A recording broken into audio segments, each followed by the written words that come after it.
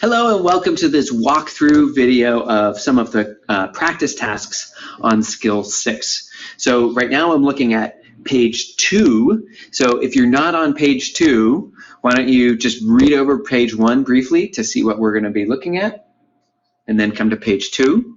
And you can work along with me here. So you should be doing the same thing in code.org that I'm doing here.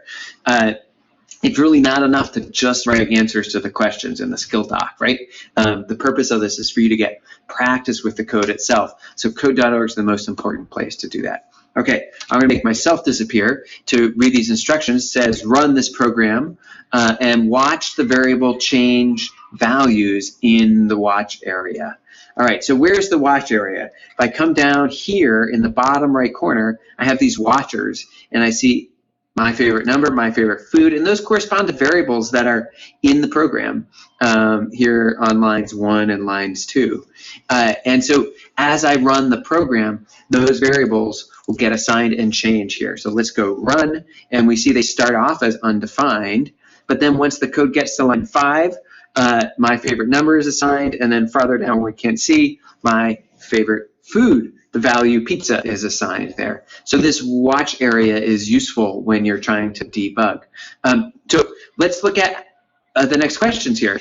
On which lines is a variable being created, and on which lines is a variable being assigned? Okay, so this should call back your knowledge from the last skill that you worked on when you got started on variables, right? Where does a variable get created? Well, in JavaScript, it's with this var keyword. Var, my favorite number, means we're going to start using a variable called my favorite number. Var, my favorite food, means we're going to start using a variable there. So the variables are being created on lines 1 and 2.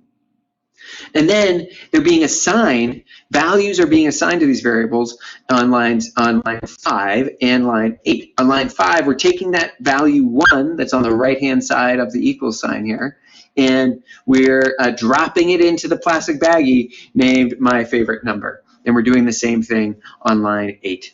So 5 and 8 are where the variables are being assigned. Now our last step here is change the number assigned to my favorite number and the string assigned to my favorite food, and run the program again.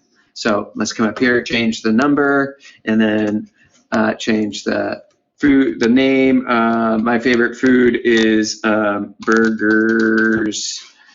Reset, run, and then we can watch down here at the bottom as the new values are being assigned.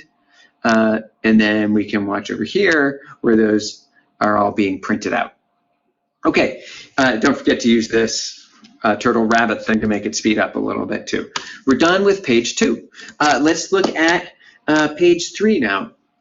So the instructions start off, here's a few rules for variable names. Take a second to read these over on your own. And I just want to highlight that the first 2 here are the most important. So capitalization matters. My var with a capital V in the middle is not the same as my var with a lowercase v in the middle. So that's one common coding error that people make when, bring myself back here, but one common coding error that people make is maybe like a little misspelling or a capitalization mismatch, and that will cause your program to stop running. There are also a couple other rules that aren't quite as important there. So let's scroll this, drive this up a little bit so we can see what's going on here. Yeah, right. The next step is asking us how can the red and yellow warnings help you debug your code? All right, so let's look at these red and yellow warnings here. Here's a red one. It tells us some things that are wrong, missing semicolon or expected parentheses. There's a lot of information here, and I'm not finding that very useful personally. But the red does show me what line that there's a problem on. And the yellow is giving me a bit of a warning. So red will stop my program, means my program won't even run. See, I try to run it, and it gives me this syntax error on line 17 where that red was. Oops. But if I fix that, the yellows will allow it to run, but they'll just give me a warning. So let's come in here. Pet type. Well, this looks like a 2-word variable name. I can't have that. And I'm just going to scroll up here and double check. Yet when it was created, it was 1 word. So let's go back to line 17 and debug it by getting rid of the space between there. Now I can run it, and my program will actually run. And you can see it stepping down, creating those variables, doing the value assignment to the variables on 8, 9, and 10. 11's going to, 13's going to print down here in the console. And then 14, it stops again. Now we had a yellow variable there, a yellow warning there before, but the yellow doesn't stop the program from actually starting, but it does when it gets to this point run into a problem. And the problem here is error line 14. Oops, we can't figure out what pet name is. Perhaps you meant the string pet name with quotes. Is that what we meant? Like this? Then it's going to print, this is a story about pet name. That's not what we want. We're trying to do this as a story about the pet name string that I assigned to the variable named pet name. So the variable called pet name, I notice here has a capital N in the middle, and here it does not. So let's just change that and add the capital N in the middle and reset and run. Now when we get, I'm going to speed this up a little bit. Okay, and we ran into an error on line 20, it looks like. Wait. All right, so this is probably another variable name mismatch, and we have the variable name is actually pet weight with a capital W. So let's change that.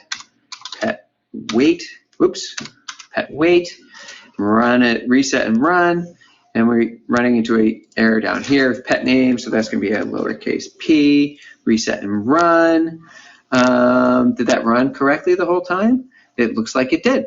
Okay, good. So we were able to debug that, and let's just see what it says. Add 3 lines to the story. Make sure you use at least one variable. Okay, so let's come on down here. It's the and here's the story.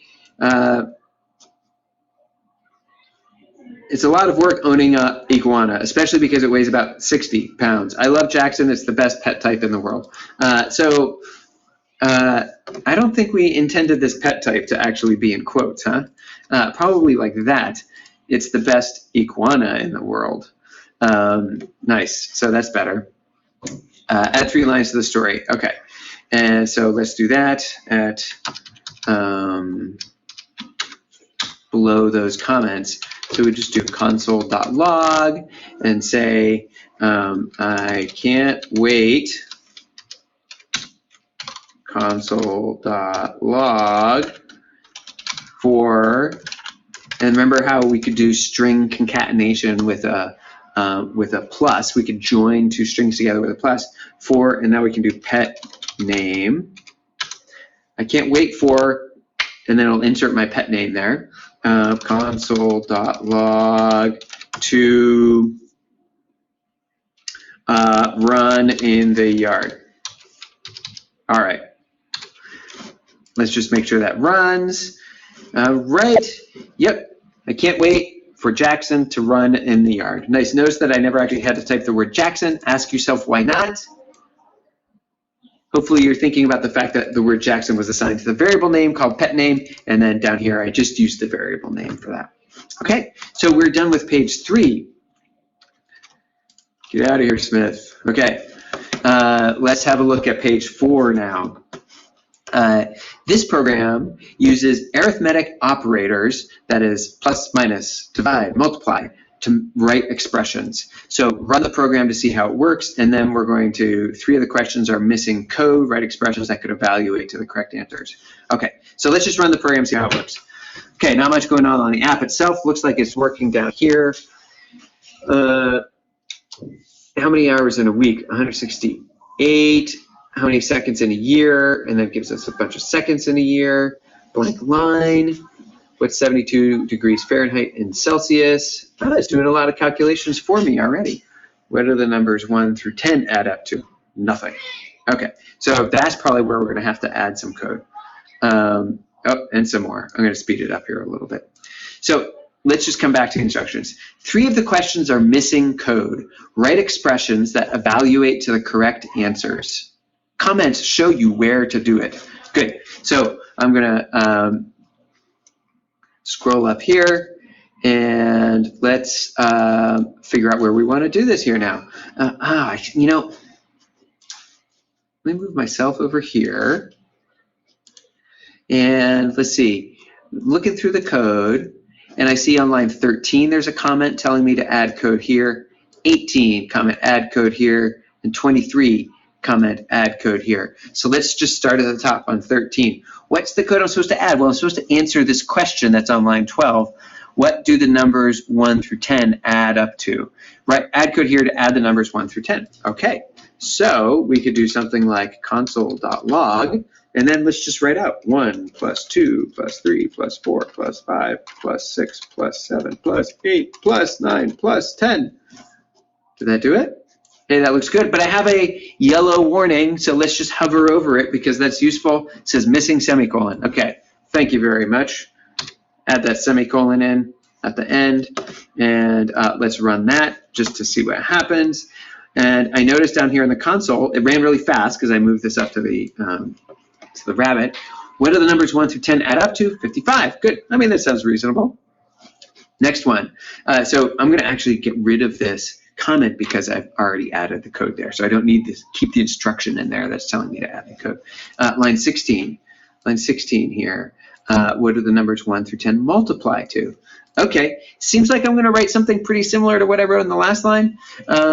So I could copy paste and change all those pluses to asterisks, but I'm not going to do that. I'll do 1 times 2 times 3 times 4 times 5 times, oops, times 6 times 7 times 8 times 9 times 10. Reset and run. Good. Okay, I got a really big number. That's probably what they multiply up to. It's okay. I'm just going to double check that it looks good. Yeah, that looks good. All right. What? And I'll delete the comment here too. Good. And then line 20. Line 21 says add code here to divide 1 by 7.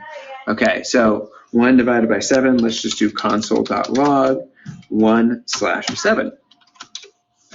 Reset, run. And there we go. Hey, so I'm going to just remove that comment so that instruction isn't there anymore. And we're done now with page 4 on this. So let's move on to page 5. Continue.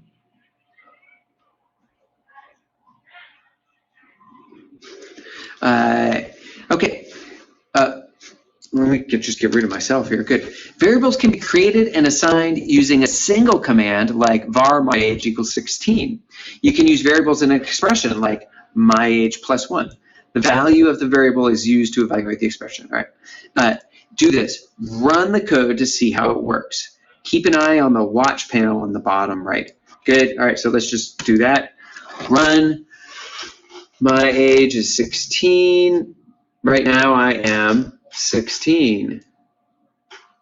Scroll this up a little bit. Years old. Okay, so it's a lot of console logs. Next year I will be my age plus 1 years old. Okay, so in 10 years from now I will be my age plus 10 years old. And notice, so the code says my age plus 10, but over here it prints out 26. 50 years I will be, oh, okay, looks like we're gonna have to add some code there, right? So let's reset, check out the instructions again. Discuss with a partner which lines of code use a variable inside an expression. Okay, so an expression would be like a math problem. And which lines of code use an expression? Well, this one right here, that's an expression inside a variable inside an expression. So line 11 will do that. And then, so here's line 11. Line 15 has a variable inside the expression. And that's it right now. All right, I have a feeling I'm going to add some more, but we'll do that in a bit. So let's go back to the instructions. Does the value of the variable ever change?